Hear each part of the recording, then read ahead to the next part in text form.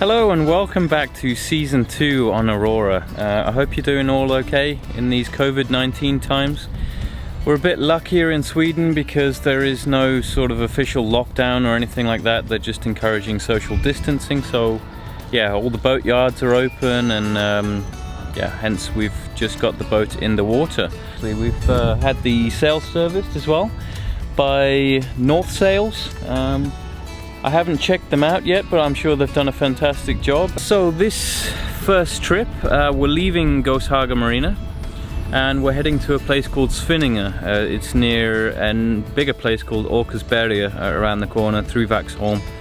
And it's gonna be better for us because for a start it's cheaper and it's gonna be easier access to the archipelago. We don't have to go through Vaxholm every single time. We're ready to go now. We're just gonna go on the engine. Yay! I was gonna put the jib up, but it's too blowy to get that sail up at the moment and start messing around with that. So we're just gonna motor around there. Bit windy, but it's okay. Not too bad. But she's in the water. Let's go.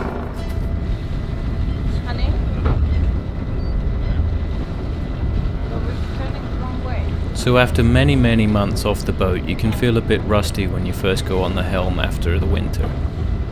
So one thing I've learned when leaving the mooring is try and work with the wind rather than against it. So in this case the wind was coming from the port side. I let the wind take the bow and then I just reversed out of the marina instead. It works much better that way rather than trying to fight the wind and ending up with the boat in the wrong place.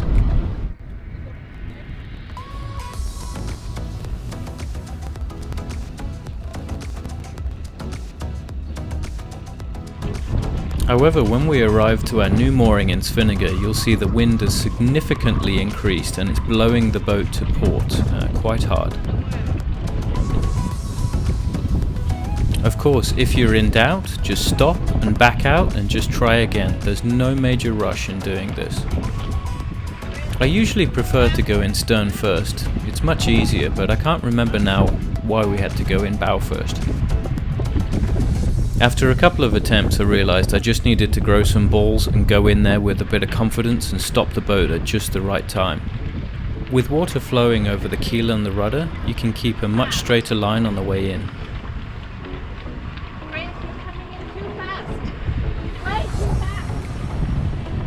As you probably know, this can cause a bit of nervousness, but at some point you need to commit yourself to it and just go for it.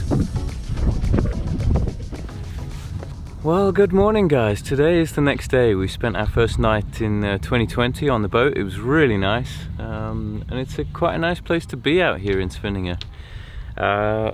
Today we're gonna raise the jib sail, raise the main hopefully. I'm gonna try and do this before the wind gets up too much. But the wind's directly on the nose as well, which helps a little bit. On the way in last night, we found it's a really good idea to go and really prepare the mooring before you come in.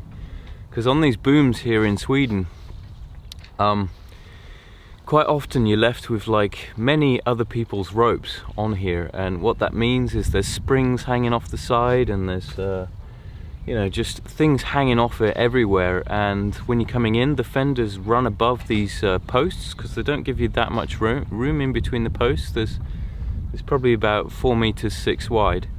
The wind was blowing hard and we got blown to one side. And we thought we'd really scratch the side of the boat up, and I was trying to fend that off, you know, while Tanya was trying to run around and do the ropes and everything, and it was a bit of a stressful situation. So yeah, always really good idea to go down to your dock before you go to it and just prepare it and make sure that there's nothing to scratch or hit on the way in. But luckily the boat's fine. It just rubbed a little bit, but it didn't scratch the gel coat or anything. It just touched it a couple of times. So being a bit paranoid, but we care about this boat very much, as you can probably tell. Yeah, that's all the stuff that came off this pontoon yesterday, or these booms yesterday. That's a lot of ropes. It's like Davy's locker on the top of there now, but yeah, there we go.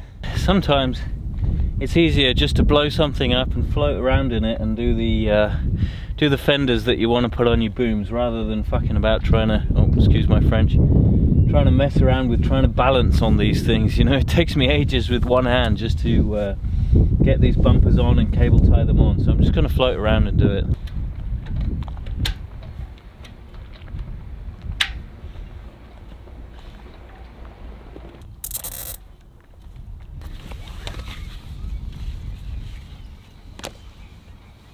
Some parts of me are a bit nervous about getting this sail up. I have no idea why.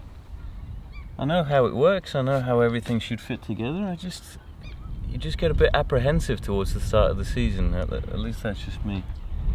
Once I get started it'll be alright, but yeah, let's get going.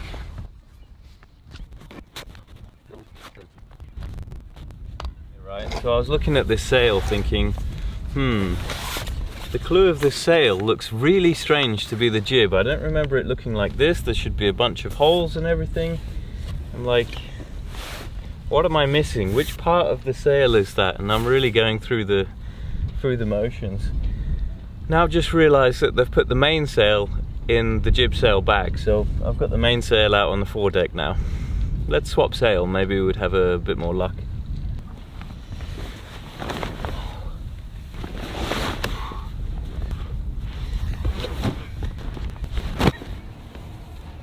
So I've got the jib out now, laid it on the deck. I think this is the best way to sort of do it. Just lay it out like that and then feed it slowly up and do the battens on the way up as well. Just connected the jib halyard here to the line. Made sure that there was plenty of wraps on the furler as well, otherwise you won't be able to furl the sail in. Made sure these U-bolts are really tight as well, so they won't undo. That's what the stick's for. I was wondering what that little white stick was for. It's to push this in, I think. Little white stick.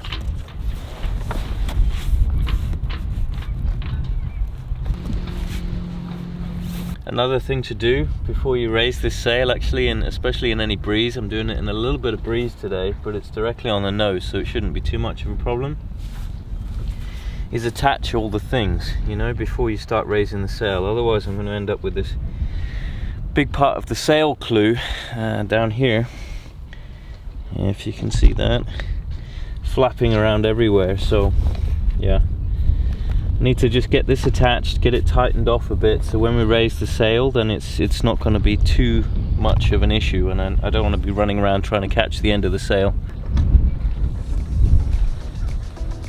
One more thing that I was a bit unsure of is the fact that you have two tracks on the forestay. Now, did you put the jib sail in the port side or the starboard side track? Is there any advantage? Is there any difference? I don't know, maybe you can let me know in the comments.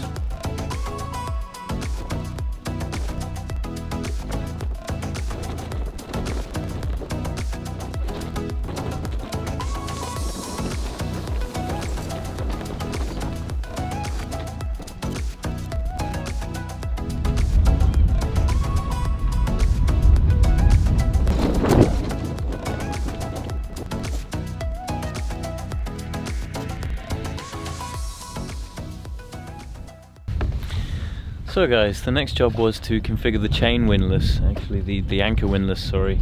We've got a quick anchor windlass, this guy, which has an automatic chain counter on there as well, but it wasn't calibrated from the start, so we needed to just do the auto calibration on it. And basically you have to measure 6 meters out on the chain, so we just used a rope to follow the chain out. Measured 6 meters and then it calibrates itself, so that's extremely useful. We only have 30 meters of chain on this. We could do with a bit more, to be honest with you. So we're going to put maybe 50 meters of chain on, 50, maybe 60 at the most. Not but too much weight in the bow at least. There is one thing with the Hansa 418, is the tube for the drain on the anchor locker is very small, so as soon as we started washing that out it got very blocked, so we needed to put the hose in from both sides to unblock that. But yeah, it unblocked pretty quickly and there was a bit of debris in the bottom we had to clean out, but that was okay, it was pretty successful.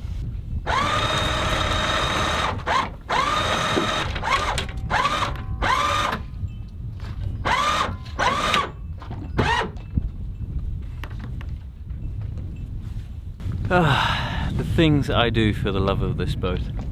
Or we do, sorry. I keep leaving Tanya out, but she's doing far more than I am, I think. Still, just done some last minute alterations to the Anchormatic system. That will come later in the season. You'll see the installation of that. But yeah, we have spent like literally 2 days kind of solid, like looking after her, trying to get her ready for the season and everything. So just a word of advice, if you want to buy one of these boats, be prepared for a lot of work at the beginning and the end of the season, unless you want to pay some people to do it. I mean, it takes some time to really look after a boat like this. So you can see Tanya's just getting up the cover at the back there, so I better go and do something and give her a hand. But yeah, I think that concludes this episode. Thanks very much for watching, and next time maybe we go and do some sailing.